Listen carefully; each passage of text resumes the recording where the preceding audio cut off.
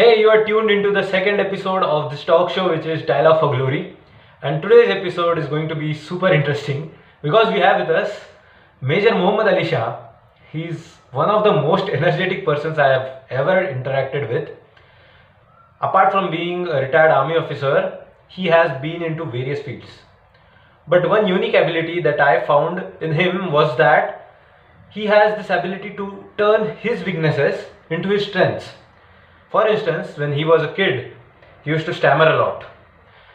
But now he is a motivational speaker, a public speaking coach, and guess what? He has delivered the maximum number of TEDx talks all over the world. So he is an international TEDx speaker.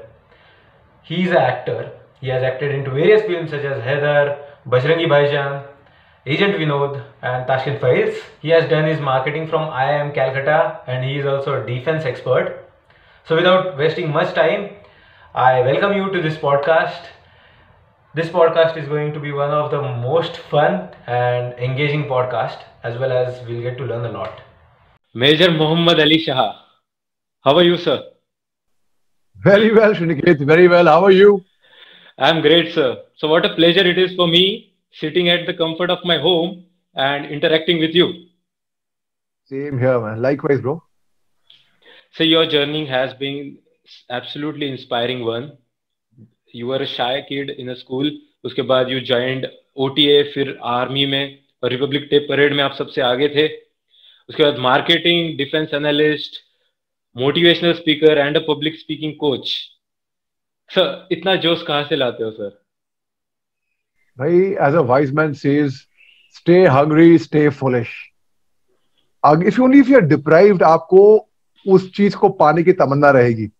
अगर वो चीज आपको विरासत पे मिल गई तो वो आप में वो भूख नहीं रहेगी. तो जैसे तब के ही सुना बनता है, the more cuts on a diamond, the better the shine. The test of fire makes fine steel.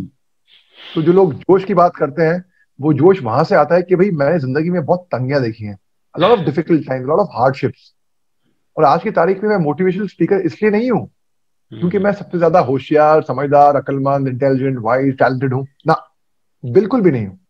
मैं आज की तारीख में मोटिवेशनल स्पीकर इसलिए हूं क्योंकि जितने भी मेरे ऑडियंस होते हैं, मैंने शायद उनसे सबसे ज्यादा गलतियां मैंने की होंगी, उनसे ज्यादा फेलियर्स मैंने किए होंगे, उनसे ज्यादा स्ट्रगल्स, हार्डशिप्स. मतलब जो जिंदगी में मैंने देखा है, मैं क्या बयां करूं. लेकिन वो मैंने जितने बार मैं गिरा हूं ना, उतने बार उन्हीं चीजों ने मेरे को बनाया है. तो उसकी वजह से आज मैं कुछ कहीं खास मुकाम पे नहीं हूं, लेकिन जहां पे भी हूं, छोटे बड़े कितने भी, मैं उसकी वजह से हूं क्योंकि मैं कई बार गिरा हूं जिंदगी में.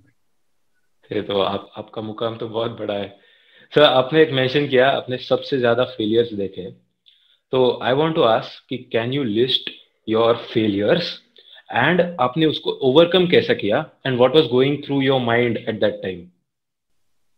Well, if I have to list my failures तो पूरा शो उसी में निकल जाएगा. सक्सेस स्टोरी नहीं होगी, it's called a failure story. फिर ठीक है, मैं आपको just to count a few. Class 5th में मेरा दून स्कूल का एंट्रेंस एग्जाम पास नहीं हुआ मेरा. क्लास 9th में मैं फेल हो गया, which mean I had to repeat year. तो मैं देखा है मेरे जूनियर्स जो हैं, मेरे बैचमेट बनते हुए, और मेरे बैचमेट्स मेरे सीनियर्स, और मेरे सीनियर्स मेरे सुपर सीनियर्स, और वो रिपीट करते हुए जो जो उसे गुजरता है उसको मालूम होता है कि दिल में क्या बीतती है स्कूल में, बोर्डिंग स्कूल में, अपने परिवार वालों से दूर रह के फेल होना. और मैं ठीक से बातें नहीं कर पाता था. I couldn't speak. I was a child. जो होता है ना बचपन में, कुछ बच्चे होते हैं जो बोलना बहुत लेट सीखते हैं जिंदगी में, और जब बोलना भी सीखा तो भी उस टाइम पे मैं तुतलाता था और सब मेरा मजाक उड़ाया करते थे, हकलाता था. मैं एक वक्त एक शब्द ठीक से नहीं बोल पाता था. I couldn't pronounce a single word, and I didn't have the confidence कि मैं शायद, I was always asking myself, living in self doubt, am I good enough, am I smart enough, why is it that nobody wants to include me in the circle of friends. कोई मेरे से दोस्ती नहीं करना चाहता, क्यों? मेरे में ऐसा क्या है, ऐसा क्या खराबी है मेरे में. एंड एक बहुत ही अंदर से ना मेरा दिल मरता था बार बार.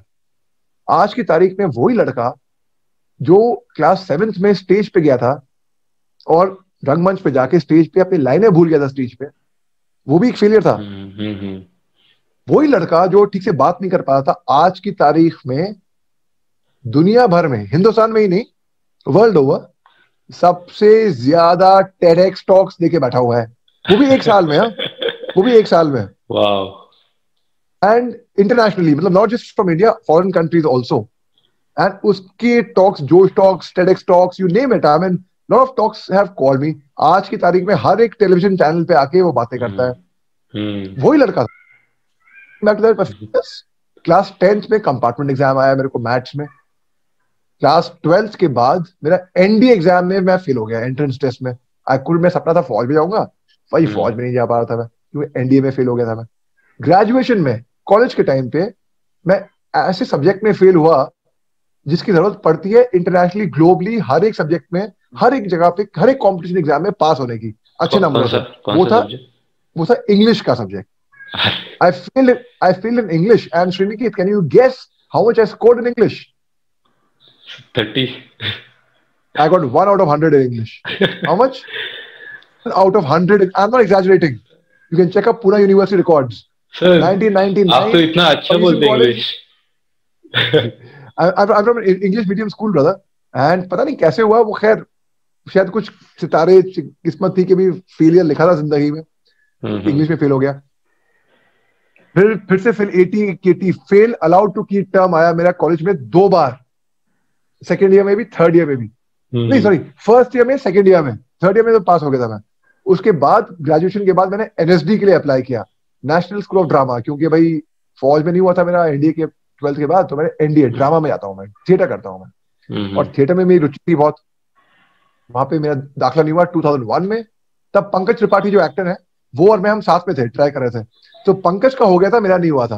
And I told Pankaj Tripathi eight that time, तुम ना बहुत बड़े एक्टर बनने वाले हो, तुम बहुत काबिल हो, बहुत टैलेंटेड हो। He said the same thing about me. He said the same thing about me. तुम्हारे में वो आग, वो जज्बा, जुनून है अली भाई, आप भी बहुत सफल हो गए। पता नहीं, खैर 2002 में जब पंकज त्रिपाठी सेकंड ईयर में आ गए थे, I being his 1 year junior, मैं फिर से ट्राई किया एनएसडी के लिए, और आई फेल्ड अगेन। फिर मैंने जामिया मिलिया इस्लामिया मास कम्युनिकेशन के लिए ट्राई किया, फिल्म मेकिंग कोर्स के लिए, उसमें भी मैं फेल हो गया। फिर मैंने इंटरव्यू के लिए गया, स्पेक्ट्रा माइंड की कंपनी है कॉल सेंटर की, तो उसमें भी इंटरव्यू में रिजेक्ट हो गया मैं।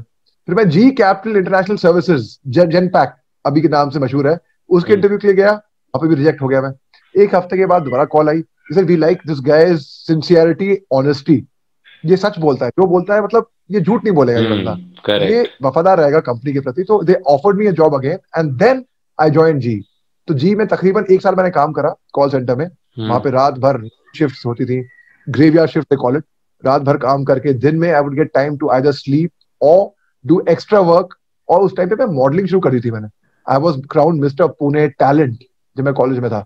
तो वो इतने फेलियर्स देखने के बाद कुछ तो बनता है कि भाई you win some you lose some, but I lost a lot, I won only little bit, कोई बात नहीं, बट आई ओनली फोकस मैं कहाँ पे जीता हूँ। मैं ये देखा कि भाई मैं कहाँ पे हारा हूँ ना।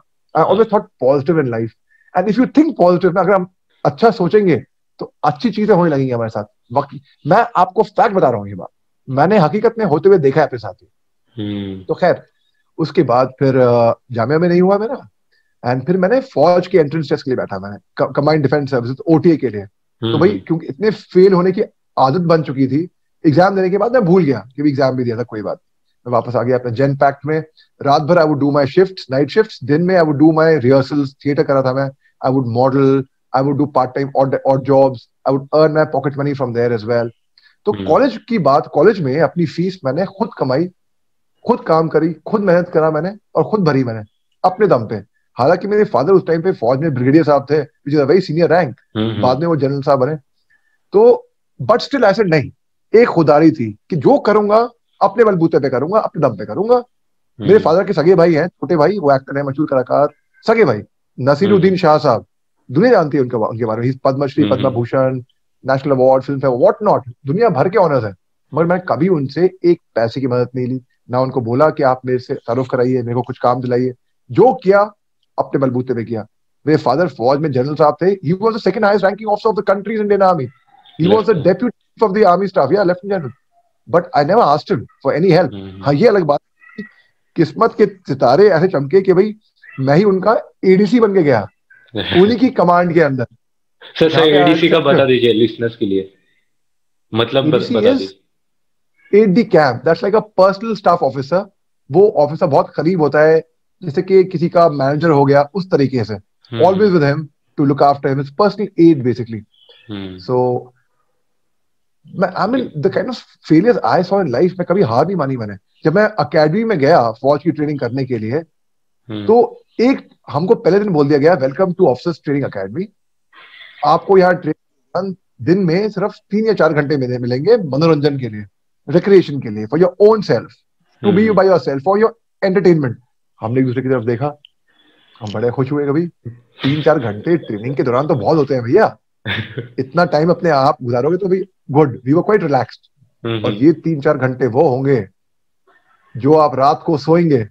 तो हमने कहा भाई मनोरंजन का टाइम वो होएगा, ये 3-4 घंटे रात को, मतलब नींद 3-4 घंटे की खींचने वाले. कोई बात नहीं. अब सुनिए हुआ यूं. First day you are told के एक पुल अप बार था वहां पे.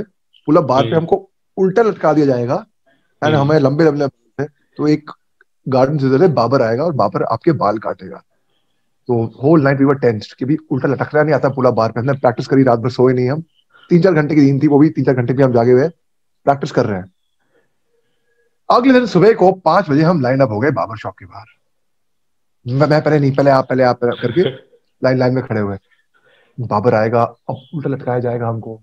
तो हमने देखा 5 बजे एक horrendous looking figure appeared from the bushes with a very big garden scissor. वो नहीं गार्डन खच वाली खच. हमने कहा मर गए भैया, अब उल्टा लटका के कहीं गर्दन वर्दन ना काट देना, सिर ना काट दे यार, बाल नहीं तो काटेंगे. And but that was not the barber, mind you, it was a gardener. हमको ऐसे ही बताया गया था कि भाई ऐसा हेयरकट होगा, ऐसा कुछ हुआ नहीं. हमें ऑफिसर लाइक तरीके से बाबर शॉप में बिठाया गया, कपड़ा बांधा गया यहाँ पे, and we were given haircuts in a very nice officer like manner. अब हम सब एक ही यूनिफॉर्म तरीके से एक ही लेवल पे आ गए थे. सब एक से दिख रहे थे कटोरा कट में. उसके बाद एक फॉर्म अप हुए 3-3-3s में और अपने बैरक की तरफ दौड़ते हुए चलने लगे to have a bath, to come for classes. एक सीनियर ऑफिसर थे, ठीक है, उनकी ना बड़ी खूबसूरत बेटी थी भाई, बड़ी खूबसूरत बेटी थी. और हमारी नजर उनपे डे 1 पे से थी. जब वो गुजर रहे थे वहां से, हम में से एक कैडेट ने बोला, Guys, the beauty and the beast. तो हम सब एक से दिख रहे थे. तो सीनियर ऑफिसर ने बोला, "Why you bunch of jokers, come here, go on your hands for push-ups." अब चेन्नई में ट्रेनिंग थी, हम चले गए हैंड्स पुशअप्स करने के लिए. बस वो यूं खड़े हुए, हाथ यूं कमर पे डाल के, "Come on you clowns, on up. Which of you dare to call my daughter a beast, huh?" Call my daughter a beast. हमने डॉटर के लिए छोड़ा बीस्ट किया था, daughter is a beauty. Beast तो ऑफिसर के लिए कहा था. खैर उसके बाद 1 घंटा पसीने पसीना करके गए हम वापस नहाए वाए. फिर भैया एक टेस्ट ऐसा था, आपने फेलियर की बात की तो मैं बता रहा हूँ, जिसमें 1 बार नहीं, 2 बार नहीं, 3 बार नहीं, कई बार फेल हो रहा है. अब बिफोर ज्वाइन द एकेडमी, मेरे फादर जनरल साहब ने मेरे को आर्मी की ट्रेनिंग दिलाई थी, weapon training, physical training, cross country, हर एक चीज में तैयारी करके, ड्रिल मैं तैयारी करके गया था अकेडमी में कि भाई जब बेटा जब जाए अकेडमी में तो अच्छा करेगा उसका वहां पे.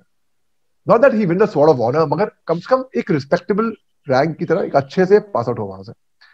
अब I was doing well in academy, my physical fitness was very good, super excellent. में मैं बीपीटी होता है मेरा एक test, battle physical efficiency test, जहां पे 5 किलोमीटर की दौड़ होती है और 30-40 किलो का वजन बैक में और एक राइफल के साथ आपको 21 मिनट में दौड़ना पड़ता है. भाई मैंने 21 मिनट से कम में मैं दौड़ता हूँ आज की तारीख में भी. Today I am actually, I look older to my age, I know I look very old, I look at least I look at least 24-25 much older to my age. I'm not 24-25. मैं दिखता हूँ इतना होगा, but I'm actually 21 years old यार by heart. ठीक है. तो मैं आज की तारीख में भी बीपीटी सुपर एक्सीलेंट दौड़ता हूँ और सबसे आगे दौड़ने की क्षमता थी मेरे में, अभी भी है. मैं अपने जवानों से आगे, जो गांव से आते हैं, रोबर्स टफ पीपल, उनसे तेज और उनसे आगे दौड़ सकता हूँ आज भी. तो क्योंकि वो ट्रेनिंग मेरी ऐसी थी. लेकिन एक टेस्ट ऐसा था मेरा, वो था marching test, drill square test marching का. उसमें मैं एक first attempt fail, second attempt fail, third attempt fail. फिर एक मिड टर्म ब्रेक हुई. सारे कैडेट्स, जेंटलमैन कैडेट्स घर गए छुट्टी मनाने के लिए अपने पास, मैं घर फैमिली के पास. पर मेरे को परमिशन नहीं मिली, मेरे को इजाजत नहीं मिली, मेरे को अनुमति नहीं मिली. मैं तो अकेडमी में ही रुका रहा. घर वालों से दूर, क्योंकि मैं बोर्डिंग स्कूल से आया था तो मैं झेल सका वो सब। अब अकेडमी में रह के मेरे को एक्स्ट्रा पनिशमेंट थी मेरे सर के ऊपर, एक्स्ट्रा ड्रिल्स करी मैंने और एक्स्ट्रा प्रैक्टिस करी। फिर जब अकेडमी खुली, सारे लोग फ्रेश होके घर आए, घर से वापस आए, मैं तो अकेडमी में ही था ना। खैर, फोर्थ अटेम्प्ट हुआ मेरा। अब फोर्थ अटेम्प्ट में जाहिर सी बात है, आप अकेडमी में रुक के छुट्टियों में प्रैक्टिस करी है तो फोर्थ अटेम्प्ट में तो आप अच्छी तरीके से पास होगे। फोर्थ अटेम्प्ट में फेल, फिफ्थ अटेम्प्ट में फेल, सिक्स अटेम्प्ट में फेल, फिर भाई फाइनली कंसिस्टेंटली फेल हो रहा था मैं, कंसिस्टेंट परफॉर्मेंस फेल। तो मेरा मैचअप हुआ अकेडमी के कमांडेंट साहब के पास व्हाइट हाउस में, जो कि बहुत बड़ी बात होती है कि a gentleman can not go into a general साहब फॉर अ मार्चअप।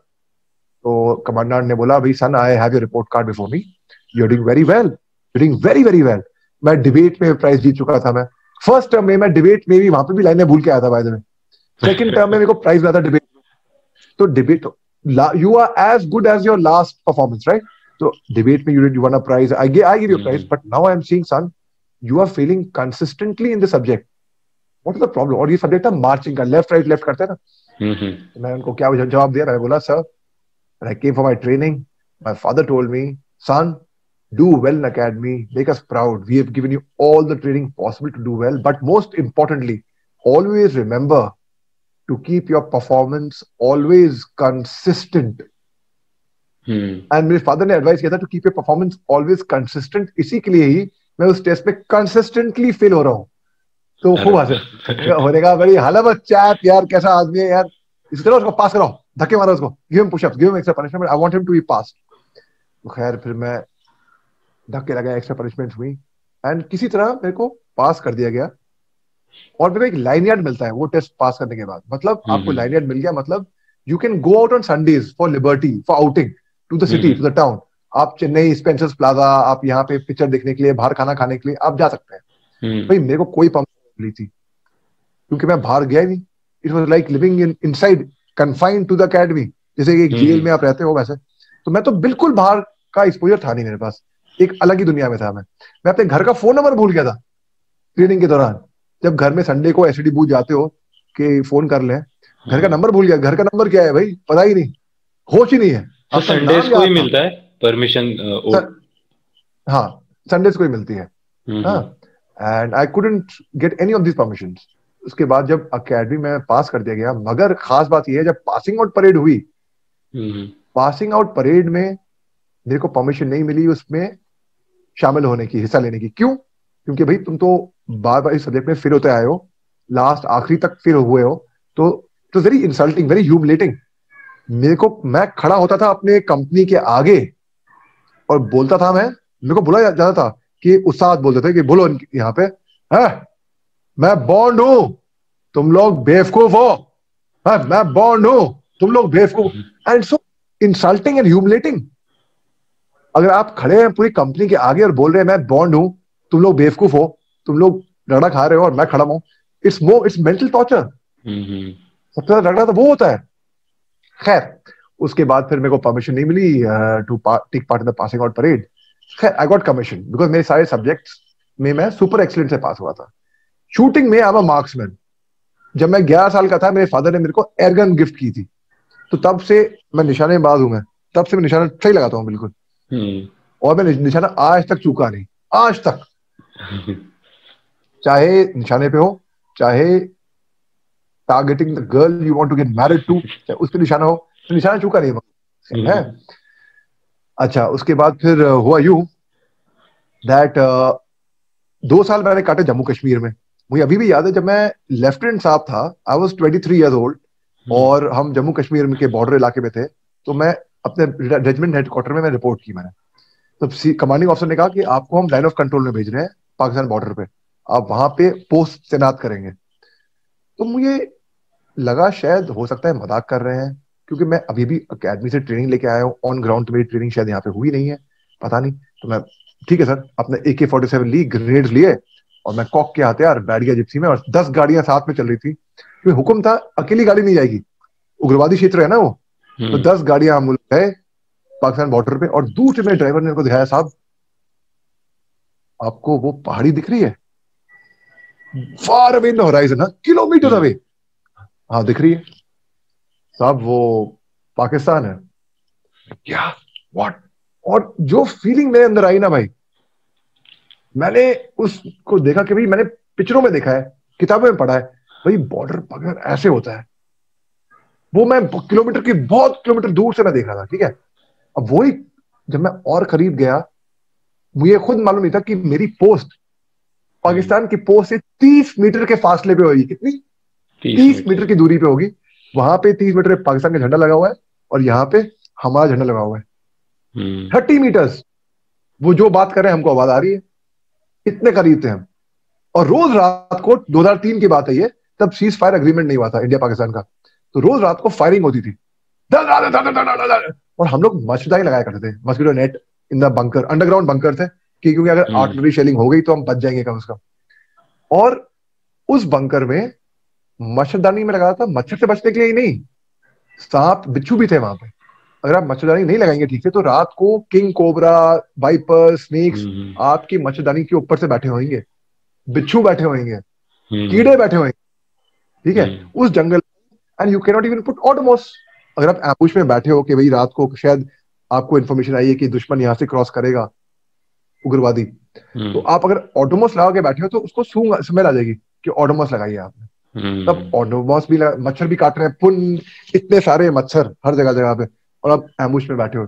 तो बारिश हो रही है, ठंड हो रही है, आपको अपनी ड्यूटी तो करनी है, बर्फीली चट्टानों में अपनी फैमिली से दूर कहीं पे भी आप बैठे हो, कर रहे हो, ठीक है। अब 2 साल काटे मैंने इंडो पाक बॉर्डर पे, फिर मेरा तबादला हो गया नॉर्थ ईस्ट में, नागालैंड में, दीमापुर में। That's where I went as ADC to lieutenant general Jamiruddin Shah, जो कि deputy chief of army staff के औहदे से रिटायर हुए, बाद में अलीगढ़ मुस्लिम यूनिवर्सिटी के वाइस चांसलर थे, और इंसिडेंटली मेरे खुद के फादर थे वो। तो फादर भी यूनिफॉर्म में, मैं भी यूनिफॉर्म में, मगर he was sir, Jain sir, I had to call him sir, my mother was ma'am. I never went to the house, mind you, ADC is meant to be like a son, but I stayed in my own house, ADC's hut में रहा मैं। I will meet them in office, in the army parties or in the golf course perhaps, or I'm with my mother who was Mrs. Shah, who was ma'am that time. And छुट्टी भाई, छुट्टी मिलती थी हमको 20 दिन की casual leave और 2 महीने की एनुअल लीव। अब छुट्टी पे इंसान कहाँ जाए भाई, छुट्टी पे कहाँ जाऊं, घर का है, घर ये यहीं पे जनरल साहब का, वहां तो आई कैन नॉट गो। तो मैं जाता था बॉम्बे, मेरे चाचा का घर है ना नसीर साहब का, तो वहां पे कभी फिल्म देख लेता था मैं, कभी फिल्मों में ये हो रहा है, शूटिंग हो रही है, रिहर्सल हो रहे हैं, उनके सेट पे जाया करता था मैं, क्राफ्ट के बारे में सीखता था मैं कि भाई ठीक है। और मैं शॉर्ट सर्विस ऑफिसर था, मैं 5 साल करने फौज में आया था, इसलिए मैं ओटीए से के थ्रू आया था। उसके बाद मेरा तबादला हो गया नागालैंड में ही, कोहिमा में, असम राइफल्स के साथ, जो कि पैरामिलिट्री फोर्स है। और 3 साल की सर्विस में मेरे को एक्टिंग रैंक मिल गई थी, off from a captain to a major, तो बरसाती मेजर को कहते हैं, फील्ड मेजर। तो मैं मेजर बन गया, मैं 3 साल की सर्विस में, नॉर्मली 6 साल की सर्विस में बनते हैं, ठीक है। फिर असम राइफल मैंने नागामीज सीखी, जैसे कि हिंदी या इंग्लिश बोलता हूँ वैसे ही मैं नागामीज बोलता हूँ, उतना ही फ्लो। किनी का आसे मोय लगा नाम अलीबा आसे, अपनी लगा नाम की आसे, अपनी लोगों ते पाई का नाम बिची कुछ पैसे अपनी खाई से खाना है, खाई से है। तो मैं नागामीज तो सीखी, उसके अलावा जो डायलेक्ट्स होते हैं ना वहाँ के, आओ, चांग, चाकिसांग, सेम्मा, लोथा, माओ, मैं कोनियाक, सारे डायलेक्ट्स भी सीखे। फिर मैं उनकी कल्चर में ढल गया मैं। और नागालैंड में मैं उनके कल्चर में ढल गया तो लोग कहते थे भाई, you know Ali, before I met you I had a different impression about the Indian army. Army नहीं बोलते हैं वहां पे, इंडियन आर्मी, जैसे कि जब अंग्रेज हम पे उनकी हुकूमत थी तो ब्रिटिश आर्मी, तो वैसे आर्मी नहीं, इंडियन आर्मी। हाँ, तो we had different impression of Indian army, but after meeting you impression change.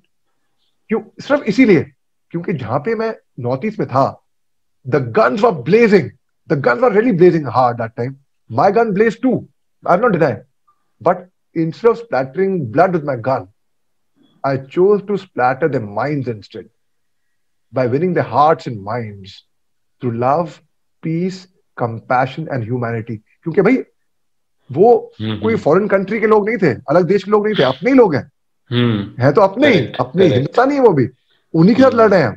उनको अपनी तरफ कैसे लाओ आप, बंदूक की गोली से या उनको एजुकेशन देके, प्यार मोहब्बत से। Then I became a soldier for peace. वहां पे इंडो पाक बॉर्डर पे तो धड़ खूब शेलिंग, हमने खूब फायरिंग करी पाकिस्तान बॉर्डर पे, क्योंकि देखो वो अपने लोग नहीं है, वो है होंगे इंसान, ठीक है, और वो हम पे फायर कर रहे हैं तो हम भी करेंगे, वो हिंदुस्तानी नहीं है। लेकिन अब नॉर्थ ईस्ट में जो इंसर्जेंट्स हैं वो तो हैं अपने ही लोग ना भाई। अपने लोगों घर में होती हैं लड़ाइयां, उनको कैसे समझाओगे आप? अब जब जो मेरा परसीव्ड एनिमी, मैं परसीव्ड एनिमी इसलिए कह रहा हूं क्योंकि है तो हमारे देश के निवासी, लेकिन दुश्मनी होती थी उनकी इंडियन आर्मी से। जब वो मेरे को वर्दी और हथियार के साथ देखते थे, with grenade, with AK-47, with मस्टान्स, तो इंस्टेड ऑफ परसीविंग कि भाई आर्मी यहाँ पे हमको डराने के रख रही है, धोखा या दबाएगी हमको ना, उनका परसेप्शन रहा कि ये हमारी हिफाजत कर रहे हैं। And they came on our side. मेरे फादर GOC 3 कोर थे रंगा पहाड़ में, और कितने सरेंडर्स हुए थे उस वक्त, कितने लोग इंसर्जेंसी से ओवरग्राउंड आ गए, अंडरग्राउंड से ऑन ग्राउंड आ गए, बहुत बड़े, बहुत बहुत कामयाबी हुई।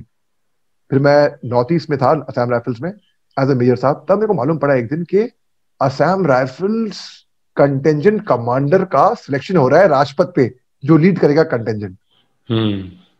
तो मैंने अपना नाम दिया इसके लिए, मैं जाऊंगा। सब हंसे, भाई तुम अकेडमी में फेल हो गए थे इसी सब्जेक्ट में, मालूम है ना, तुम जलील हुए थे, पासिंग आउट परेड में तुम्हारा नाम नहीं आया था, पासिंग आउट परेड तक तुमने नहीं करी, अंतिम पग से नहीं गुजरे भाई। कसम परेड में शामिल तो हुए ठीक है, मगर अंतिम पग से नहीं गुजरे तो क्या गुजरे? मैंने कहा कोई बात नहीं, अब मैं दिखाऊंगा। See I am 6 feet 1 inch tall, I have a military bearing, I have a good word of command, मैं थिएटर बैकग्राउंड से आता हूं, तो मैं जब मैं चलाता हूं दहाड़ता हूं मैं शेर की तरह, बिल्कुल ठीक है। तो मैंने कहा भाई यहाँ पे तो मेरा सिलेक्शन होएगा, क्योंकि अगर आपको होता है कुछ चीज दिखते हुए ना, और चीज आपको दिख रही है कि ऐसा होने वाला है, वो चीज होएगी, पक्का होएगी। आपके जितने ख्यालात हैं अपने लिए वो सच होंगे, अच्छे भी और बुरे भी। अगर आपको दिख रहा है कि मैं खड्डे में गिरने वाला हूं, मैं फेल होने वाला हूं, आप खड्डे में गिरोगे, आप फेल होगे। अगर आपको दिख रहा है कि मैं कामयाबी हासिल होगी, मैं सफल हो जाऊंगा, मैं उड़ूंगा, कूदूंगा ही नहीं, उड़ूंगा, आपको वो कामयाबी हासिल होएगी। हमको ट्रेनिंग के टाइम पे ही BPT में 5 किलोमीटर जब दौड़ के आते हैं, एक 9 feet डिच होती है, आपको इसलिए का फ्लैंक जाम, कई लोग उस खड्डे में गिर जाते हैं, कई लोगों को चोट लग जाती है, कई लोग कूदने से पहले ही रुक जाते हैं, नहीं मैं नहीं कूदूंगा उसमें से, ठीक है। आपको बस छलांग लगानी है, ये सोचिए कि आप पार कर दोगे, बेड़ा पार कर दोगे भाई, और आप बेड़ा पार कर देते हो। तो इस पे एक कविता मैं आपको बोलूंगा, if you think you are beaten you are, if you think you dare not you don't, if you like to win but think you can not, there is almost a cinch you won't, if you think you are outclass you are, you got to think high to rise, you've got to be sure of yourself before you can ever win the prize, for out in the world we find success begins with a person's will। ताकत यहां नहीं है भाई, यहां पे है। It's all in the state of mind, life's battles don't always go to the stronger or faster men, but sooner or later the person who wins is the one who thinks he can, right? तो अगर आपने सोच लिया, ठान लिया कि भाई करना है, आप कर लोगे वो, और दुनिया की कोई भी ताकत आपको नहीं रोक पाएगी, मैं आपको गारंटी दे रहा हूं। कुछ भी काम हो, भाई हमारा जो ह्यूमन माइंड है ना, हमारी कैपेबिलिटी कितनी है हमें मालूम नहीं, हमें खुद मालूम नहीं होता, हमें खुद पता नहीं होता हम चीज क्या है। हम अपने आप को अंडर एस्टिमेट करते हैं, हम अपने आप को अंडर वैल्यू करते हैं, अंडरमाइन करते हैं ना। सबसे पहले अपने आप से मोहब्बत करना सीखिए, अपनी खुद की इज्जत करना सीखिए, अपने आप को वो प्यार करना सीखिए। जब आपको अपने आप से प्यार होगा, अगर आप खुद अपने आप से प्यार करेंगे, लोग आपसे प्यार करेंगे। अगर आप अपनी इज्जत करेंगे, लोग आपकी इज्जत करेंगे। आपको अपने आप को आप अंडरमाइन करते हो तो लोग भी आपको अंडरमाइन करेंगे। भाई अगर कुछ चीज यकीन दिलानी है तो पहले खुद यकीन होना चाहिए ना, कि भाई हाँ, तभी मैं औरों को यकीन दिला पाऊंगा। अगर खुद ही यकीन नहीं है तो मैं आपको क्या यकीन दिलाऊंगा पाऊंगा भाई। अगर मैं एक अटैक पे जा रहा हूं और अपने जवानों को बोल रहा हूं कि आज रात को हमको ये पीक दुश्मन की कैप्चर करनी है, तो आप उनको कैसे वो जज्बा दे पाओगे कि वो कैप्चर करिए? मैं खुद डर रहा हूं। अगर मैं डर भी रहा हूं मगर मैं अपना डर दिखा नहीं रहा हूं, मैं बोलूंगा आज वो चीज कैप्चर करनी है और हम करके रहेंगे। आप अपने में तो जोश डाल ही रहे हो, अपने बंदों में भी जोश डाल रहे हो। मेरे एक सीनियर थे फौज में, 1999 में, वो उन्होंने एक खत लिखा था अपने घर वालों के लिए। तब वो फाइनल असॉल्ट के लिए जा रहे थे दुश्मन के पोस्ट के ऊपर। उन्होंने बोला ये मैं खत लिख रहा हूँ घर वालों के लिए कि कोई गारंटी नहीं है मैं वापस आऊंगा कि नहीं आऊंगा, लेकिन आप ये खत जरूर पोस्ट कर देना। उस खत में क्या लिखा था? कैप्टन विजयन थापड़ उनका नाम है। उन्होंने ये लिखा था, my dearest papa, mummy and granny, by the time this letter reaches you all, I would be observing you all from the skies, enjoying the hospitality of Apsaras. I have no regrets. In fact, if I were to be born again as a human, I would choose to join the army and serve my nation. Great. Whichever organ is taken should be taken and donated. Please donate some money to the orphanage and continue giving ₹50 to Rukhsana every month. And please go and meet Yogi Baba. If ever you get a chance, please come and see where the Indian Army fought for your tomorrow. I hope the sacrifice of these brave men inspires generations to come. And I hope a picture of mine is kept in Alpha Company Mandir next to Karni Mata. Papa, you must be proud. Mama, please go and meet. The name is withheld. I loved her. Mama ji, please forgive me for anything wrong that I may have done. Anyhow, it's about time for me to go and join my clan of Dirty Dozen. My assault party has 12 chaps. Live life king size, yours, Robin. Jai Hind. और ये खत लिख के वो गए assault के लिए, वो उनको शहादत प्राप्त हुई, वो शहीद हो गए थे। और बट उनके जज्बा, उनको मरणोपरांत वीर चक्र प्रदान किया गया था। आप सोचिए, जो जज्बा लेके वो गए थे कैप्चर करने के लिए दुश्मन की पहाड़ी, वो जज्बा हम में होना चाहिए, हर एक में होना चाहिए। मैं असम राइफल्स कंटिजेंट कमांडर के सिलेक्शन के लिए गया, तो सिलेक्शन पे मैं देखा 30 ऑफिसर, कोई किसी से कम नहीं, एक से एक बड़े से बड़े धुरंधर वहां पे, लंबे 6 फुट के लंबे, हैंडसम पर्सनालिटी, आवाज, वर्ड ऑफ कमांड भी तगड़ी, वहां पे थे सिलेक्शन के लिए। उनको सबको देख के ना एक लाइन में मैं थोड़ा घबरा सा गया था। मैंने कहा भाई नहीं, इनके आगे तो मेरी कोई टक्कर ही नहीं है, कोई मुकाबला नहीं है, ये तो इतने बड़े बड़े धुरंधर हैं। उन सबको मैं ऐसे देख रहा था कि भाई उसको मैं पिछड़ा पाऊंगा या उसको उसको उसको नहीं, मेरा तो कोई नंबर ही नहीं है। फिर 30 में से 20, 20 में से 10 और 10 में से 5 ऑफिसर चुने गए। मेरा नंबर उन 5 ऑफिसर में से आया। उन 5 ऑफिसरों में से 3 ऑफिसर निकाले गए, मैं उन तक भी पहुंच गया।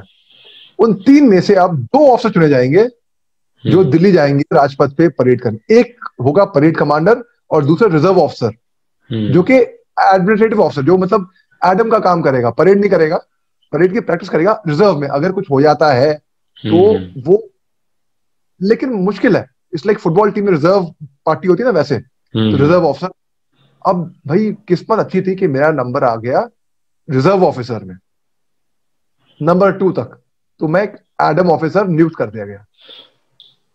इसकी कई वजह थी, एक तो मेहनत भी थी, शिद्दत भी थी। मेहनत मैं पूरे दिल से चाहा, और मैंने कहा कि नहीं, परेड के अलावा मेरे को एडमिनिस्ट्रेशन भी अच्छा आना चाहिए टू गेट सिलेक्टेड। पहले वहां तक पहुंच तो जाऊं, उसके बाद नियुक्त करेंगे कौन परेड कमांड करेगा। हालांकि परेड कमांडर कैप्टन सूद साहब को नियुक्त कर दिया गया था, ठीक है। अब हुआ यूं, हम दिल्ली जाने वाले थे। अब दिल्ली जाने से पहले कैप्टन सूद साहब की कोई पोस्टिंग आ गई, कुछ इमरजेंसी ऐसी कुछ निकल आई, पता नहीं, मैं भूल सा रहा हूँ, कुछ इमरजेंसी आई थी उनको। तो फिर अब मेरे को बोला कि आप परेड कमांडर नंबर 2 से नंबर 1 पे मेरे को नियुक्त कर दिया गया। और जो नंबर 2 एडम ऑफिसर था, कंटिजेंट कमांडर, एक और ऑफिसर था कैप्टन शैंडलियर, तो सैंडी को कैप्टन वो आ गए एज एडम ऑफिसर, जो कि सिलेक्शन के लिए आए थे। यानी कि जो नंबर 3 जो थे ना, वो आ गए। अब हम दिल्ली आ गए भैया, अपना दस्ता लेके, कंटिजेंट कमांडर। वहां पे सब कुछ, जवानों की देखभाल करी, ठंड थी, जबरदस्त प्रैक्टिस करी मैंने भाई, जोर शोर से। आपको मैं बताता हूं, अब मैं मेन बात क्या हुई। 23 जनवरी को एक फुल ड्रेस रिहर्सल होती है। There we imagine that the president of the country is there and we are saluting the president of country, imagining the president to be there and we are marching through Rajpath, ठीक है। 22 जनवरी के आसपास की बात है। मेरे दोनों पाँव में सुबह को प्रैक्टिस करते वक्त बहुत गंदा वाला दर्द हुआ, गंदा वाला। देखो, दर्द तो हम सबको हुआ है कहीं ना कहीं, कभी ना कभी जिंदगी में। वी ऑल एक्सपीरियंस पेन, मगर ये दर्द कोई मामूली दर्द नहीं था। ये ऐसा दर्द था कि भाई आंखों में से पानी आ रहा है, बुखार हो रहा है, कानों में से पुन आवाज आ रही है, बदन में दर्द हो रहा है, और शूटिंग करंट वाला पेन बिल्कुल। अरे करंट ही हम झेल नहीं पाते हैं, ये पूरी बॉडी में करंट दौड़ रहा है आपके, और गंदा वाला पेन, जैसे कि भाई गिरने वाले हो आप, खत्म हो गए आप, कुछ नहीं है इसके आगे। यार दिमागी ताकत ही थी बस, और कुछ नहीं। मैंने अपने आप को काबू में करा, अपने आप सेल्फ कंट्रोल रखा। मैं हॉस्पिटल गया, मिलिट्री हॉस्पिटल। वहां पे ऑर्थो जो हड्डी के डॉक्टर होते हैं, उन्होंने एक्सरे करा। उन्हें बोला my goodness, you got multiple stress fractures in both your legs. आपके दोनों पाँव में मल्टीपल स्ट्रेस फ्रैक्चर है भाई, तो माफ कीजिएगा, आप परेड नहीं कर पाओगे। I am RTUing you. RTU होता है रिटर्न टू यूनिट, जो कि अच्छी चीज नहीं मानी जाती फौज में। मतलब आपको कहीं पे भेजा एक काम या एक मकसद से, और आप आरटीओ होके आ गए, रिटर्न टू यूनिट होके आ गए, मतलब आप कामयाब नहीं हुए उस मिशन में, उस ऑपरेशन में, तो आपको आरटीयू कर रहे हैं। नहीं सर, ऐसे मत करेगा, बहुत बेइज्जती वाली बात होगी मेरे लिए। और मेरे को एक चीज दिखानी है, एक साबित करनी है अपने आप के लिए, कि मैं अकेडमी में इसी टेस्ट के लिए मेरे को बार बार बार बार बार बार फेल कर दिया गया।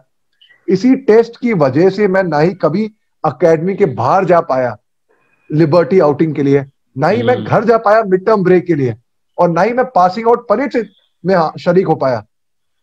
और उसी की वजह से मेरी बेइज्जती भी हुई इतनी बार, जिल्लत हुई खड़े होके बोलने की, भाई मैं तो जेम्स बॉन्ड हूं और आप लोग बेवकूफ हो, है ना। सर परेड तो मैं करनी है प्लीज। और मेरे को इतनी तमन्ना थी, इतना जज्बा था दिमाग से, मेरे को करना है कुछ भी हो जाए। और स्ट्रेस फ्रैक्चर क्यों हुआ मैं बताता हूँ आपको। स्ट्रेस फ्रैक्चर इसलिए हुआ क्योंकि जब मैं पाँव पटकता था, जब मैं पाँव मारता था परेड के दौरान, तो कुछ ज्यादा इतना जोश जज्बा था मेरे अंदर कि मैं कुछ ज्यादा ही जोर से मारता था। तो मैंने ये सबक सीखा जिंदगी में, ज्यादा जोश दिखाना भी अच्छी बात नहीं है। Everything should be done in moderation. सब कुछ आप बैलेंस लेके चलोगे जिंदगी में तो ही कामयाब होगे। इतना मैं जोर से पाँव पटक पटक के, अब दोनों, एक पाँव में नहीं, दोनों पाँव में, और एक फ्रैक्चर नहीं, दो फ्रैक्चर नहीं, मल्टीपल फ्रैक्चर करा दी, पूरी टांगे टूट गई मेरी। फिर मैं मिलिट्री डॉक्टर के पास नहीं गया, मैं सिविल डॉक्टर के पास गया। ये मिलिट्री डॉक्टर तो मेरे को आरटीयू कर देगा, return to unit. Civil doctor ने भी एक्सरे कराया, बोला भाई तुम्हारे दोनों हड्डियों में तो फूल रखी हैं और फ्रैक्चर हो रखा है, बहुत खतरे का काम कर रहे हो। अगर तुमने अभी हमारी बात नहीं सुनी, अभी मेडिकल अटेंशन नहीं लिया, तो माफ करना, तुम you can lose both your legs. आपकी टांगे एम्पुटेट हो सकती हैं, तो you better take good advice. मैंने कहा नहीं सर, कुछ भी हो, मेरे को मंजूर है, मेरे को मंजूर है कि अगर मैं बिना टांगों के भी रहा, मेरे को मंजूर है, लेकिन मेरे को सर ये सपना है और ये मेरे को हासिल करना है, ये मैं पूरा करके ही रहूंगा, ये मकसद। पागल मत बनो, पागलपन पागलपन की बात कर रहे हो, समझने की कोशिश करो। नहीं सर, मैं ना ही कोई मेडिकल, ये गलत बात है, ऐसा मैं कभी सलाह नहीं करवाऊंगा कोई भी करे ये बात, ये जुनूनी बात है, मत करेगा। मगर मैं बता रहा हूँ मैंने क्या करा, गलत काम किया, मगर क्या, कई बार गलत काम भी थोड़ा बहुत करना पड़ता है, ठीक है। तो मैंने क्या करा, मैंने कहा नहीं सर मैं जाऊंगा। तो मैंने पेन किलर्स लिए भाई। I used to pump a heavy dose of pain killer in my body, उस दर्द को सबसाइड करने के लिए। और 23 जनवरी को अगले दिन जब फुल ड्रेस रिहर्सल थी, तो मैं राजपथ से गुजरा था, दस्तक कमांड करते हुए, पाँव में बहुत दर्द था, बहुत दर्द था, चूर चूर हो रखा था मैं पेन किलर्स पे। लेकिन इतना दर्द मैं झेलने के बाद मैं कदम डगमगा गए मेरे, और कदम टूट गए। अब परेड में आप कदम अगर टूट गए, इसका मतलब समझते हैं आप, बहुत बेइज्जती वाली बात है, आपकी ही नहीं, पूरी पलटन के लिए, पूरी बटालियन के लिए, पूरी रेजिमेंट के लिए।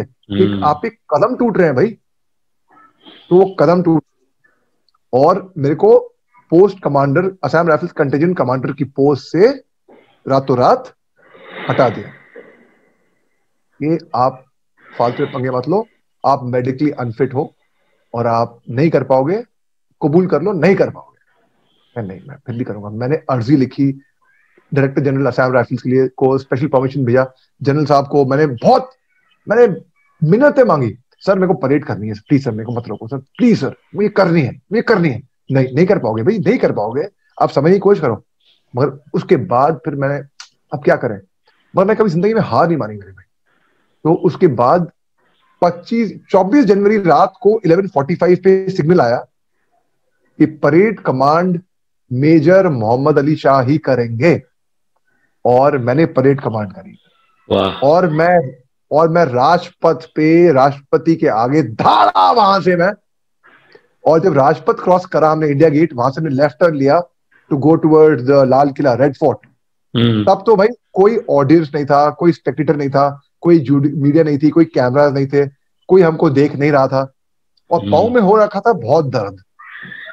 मगर मैंने कहा नहीं, मैं हिम्मत नहीं हारूंगा। अभी कोई ना देख रहा हो मेरे को, मगर मेरे बंदे तो, मेरी फौज मेरे पीछे है, वो देख रहे हैं ना मेरे को। अगर मैं चाहता तो मैं जिप्सी में बैठ के या पैदल चल के आराम से टहल के आ सकता था, नहीं, मगर मैं वो 14 किलोमीटर की मार्च थी, कदम उठा के ठाक पटक पटक के मैं मार्च की मैंने वहां पे। मैं वो पूरा मार्च कंप्लीट करा, राजपथ पे आया, उसके बाद लाल किले पहुंचा। लाल किले पहुंच के भाई मैं चित हो गया, बिल्कुल लेट गया, अब बदन में जान नहीं रही थी। फिर एम्बुलेंस आई, मेरे को एम्बुलेंस में हॉस्पिटल ले जाया गया, और उसी दिन मेरी एंगेजमेंट थी, उसी दिन मेरी मंगनी थी 26 जनवरी को। And my engagement did not happen that day, it happened the next day on 27 January.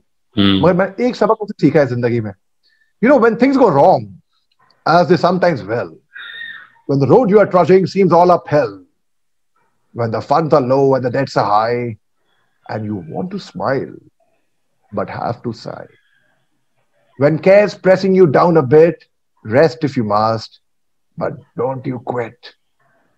See, life is queer with these twists and turns, and many of us sometimes learn, and many a person turns about when he might have won had he stuck it out. Often the goal is further for a faint and faltering man. Often a struggler has given up when he might have captured the victor's cup. And you never can tell how close you are. It might be near when it seems so far.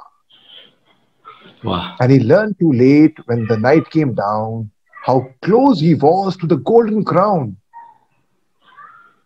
So stick to the fight when you're hardest hit. It's when things seem worst. You must not quit. और मैं एक और चीज सीखी, don't quit when the tide is lowest, for it's just about to turn. Don't quit over doubts and questions, for there's something you may learn. Don't quit when the night is darkest, for there's just a moment until dawn. Don't quit when you've run the furthest, for the race is almost won. Don't quit when the hill is steepest, for your goal is almost nigh. Don't quit, for you are not a failure unless and until you fail to try. तो मैंने कोशिश करी, और आज की तारीख में देखो, वो वीडियो मेरा जिंदगी का लाइफ लॉन्ग मोमेंट है। मेरे को जिंदगी में सबसे बड़े से बड़ा ऑनर क्या मिल जाए, मगर उससे बड़ा ऑनर जिंदगी में कभी नहीं होएगा। तो उसमें एक रुडयार्ड किपलिंग की मैंने कविता पढ़ी थी स्कूल में, वो भी याद आती है। इफ रुडयार्ड किपलिंग लिखते हैं, if you can keep your head when all about you are losing theirs and blaming it on you, if you can trust yourself when all men doubt you but make allowance for the doubting too, if you can wait and not be tired by waiting, or being lied about, don't deal in lies, or being hated, don't give way to hating, and yet don't look too good nor talk too wise. If you can dream and not make dreams your master, if you can think and not make thoughts your aim, if you can meet with triumph and disaster and treat those two imposters just the same, if you can bear to hear the truth you've spoken, twisted by knaves to make a trap for fools, or wash the things you gave your life to, broken, and stoop and build them up with one or twos. If you can make one heap of all your winnings and risk it on one turn of pitch and toss, and lose, and start again at your beginnings and never breathe a word about your loss. If you can force your heart and nerve and snoo to serve your turn long after they're gone. And so hold on when there's nothing in you except the will which says to them, hold on. If you can talk with crowds and keep your virtue, or walk with kings nor lose the common touch, if neither foes nor loving friends can hurt you, if all men count with you, but none too much. If you can fill the unforgiving minute with 60 seconds worth of distance run, yours is the earth and everything that's in it. And which is more, you'll be a man, my son. तो मैंने कहा भैया, I have to be a man. I don't have to prove to anyone, but for my own satisfaction, I have to do it. तो मैंने कर दिया वो. और वही चीज मैं आपको बताऊं, जब मैं स्कूल में था, मेरे फादर ने एक खत दिया था मेरे हाथों by hand to my headmaster, saying, "Give it to your headmaster." And this is a letter which Abraham Lincoln had written to his son's teacher. और इब्राहिम लिंकन ने क्या लिखा था? He wrote, "My son, start school today. It is all going to be strange and new to him for a while. And I wish you would treat him gently. Adventure that might take him across continents. All adventures that probably include wars, tragedy, and sorrow. To live this life will require faith, love, and courage. So, dear teacher, will you please take him by his hand and teach him things he will have to know? Teach him, but gently if you can. Teach him that for every enemy there is a friend. He will have to know that all men are not just, all men are not true, but teach him also that for every scoundrel there is a hero. For every crooked politician there is a dedicated leader. Teach him that 10 cents earned is of far more value than $1 found. In school, teacher, it is far more honorable to fail than to cheat. Teach him to be gentle with people, tough with tough people. Steer him away from envy if you can. And teach him the secret of quiet laughter. Teach him to laugh when he's sad. Teach him there's no shame in tears. Teach him there can be glory in failure and despair in success. Teach him all that you can. Teach him to scoff at cynics. Teach him the wonder of books, but also give him quiet time to ponder the extreme mystery of birds in the sky, bees in the sun, and flowers on a green hill. Let him have the patience to be. It was an amazing letter. Try to give my son the strength not to follow the crowd when everyone else is doing it, but teach him to listen to his own ideas. Tell him to have his faith in his own ideas when everyone tells him that they're wrong. Teach him to sell his talents and brains to the highest bidder, but never to put a price tag on his heart and soul. Let him have the courage to be impatient. Let him have the patience to be brave. Teach him to have sublime faith in himself, because only then he will have sublime faith in mankind, in God. Great. This is the order, teacher, but see what best you can do. He is such a nice little boy, and he is my son. तो मैंने कहा भाई, these things hold in good stead. ये सब मैंने जो school में सीखा था, भाई ये बहुत काम आता है मेरे को. And मैं, it's like my Bible. Every time I'm in doubt, I refer to these things. और it's all in the mind. पूरी ताकत यहाँ से है दोस्तों. हम लोग हिम्मत हार जाते हैं यहाँ से. और डरना मत. William Shakespeare once said, "Cowards die many times before the death. The valiant never face death but once." लोग आपको डराएंगे, धमकाएंगे, आप डरोगे ना. डरना मत, और ना ही कभी अपना डर दिखाना. आप अगर डर गए ना, तो दुनिया आपको और डराएगी और आप और डरोगे. Don't let doubts power your. Don't give power to your doubts. Because then these doubts will give. You should have control over your doubts. If you give power to your doubts, then your doubts will power your mind. ये doubts आपको अपने आप पे शक करने और मजबूर करेंगे. Correct. I am loving speaking to you, Shriniketh. I would love to speak to you more, but unfortunately, I had to log into a session. Unfortunately. और हम इसका पार्ट 2 देंगे. तब तक आप लोग हंसते रहो, मुस्कुराते रहो, और हमारी गुफ्तगू कभी खत्म नहीं हो पाती. भैया, मैंने 3.5 घंटा मैं रंगमंच संभालता हूँ, एक प्ले करता हूँ मैं, और आप यकीन नहीं मानेंगे, मैंने एक इंटरव्यू दिया था अपना, जो कि 18 घंटे चला था. कितना? 18 घंटे. तो वो कहाँ एक्सेस करने को मिलेगा सर? वो खैर वो तो भूल जाओ, मगर मैं जानता हूँ, मेरे में वो काबिलियत है, वो क्षमता है मेरे में कि मैं आपको ग्रिप कर दूं जब मैं बात करूं. Am I right or wrong?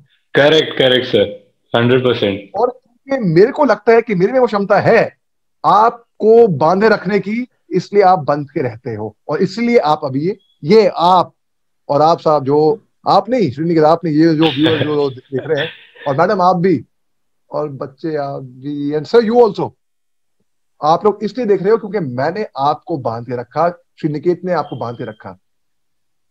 क्योंकि मैंने भी श्राप नहीं बांध के रखा है। So I have to just log in to a session. मैं पब्लिक स्पीकिंग सेशन करता हूँ। एक एम्पावरिंग लाइफ हमने फाउंड करी है, हमारी दोस्त है रागनी अग्रवाल, वो फाउंडर है एम्पावरिंग लाइफ की। उन्होंने और मैंने इसमें एक पब्लिक स्पीकिंग अकेडमी है, डिजिटल पब्लिक स्पीकिंग अकेडमी। इसमें 5 साल के बच्चे से लेके 85-year-old ग्रैंड पेरेंट्स आते हैं, वो पब्लिक स्पीकिंग सीखते हैं हमारे से। हम उनको ट्रेन करते हैं और बहुत लोगों को हम इस पैंडेमिक में हम ट्रेन कर चुके हैं। आप देख सकते हैं, आप फेसबुक पे मैसेज भेज सकते हैं। रागनी अग्रवाल को, मेरा यूट्यूब चैनल है मोहम्मद अली शाह के नाम से, आप उसको फॉलो कर सकते हैं। क्लिक ऑन, उसमें मेरी 16 TEDx टॉक्स हैं, over 400 videos in that. Scenes हैं फिल्मों में से, लाइक हैदर, बजरंगी भाईजान, एजेंट विनोद, जो मैंने फिल्मों में काम करा है अलग अलग गेटअप के साथ, वो है। कई सारी चीजें हैं। हर रोज टीवी पे आता हूं मैं, टीवी पैनल डिस्कशंस हैं, कई चीजें हैं। लेकिन empowering lives public speaking academy जो है, वो इट्स वर्थ नोइंग कि हम क्या सिखाते हैं लोगों को। मैं भागता हूँ भाई, तो लॉग इन करना है एक अलग मीटिंग में Shriniket. Sir thank you so much sir, such a insightful session. Thank you. Super, bye, जय हिंद। बाय।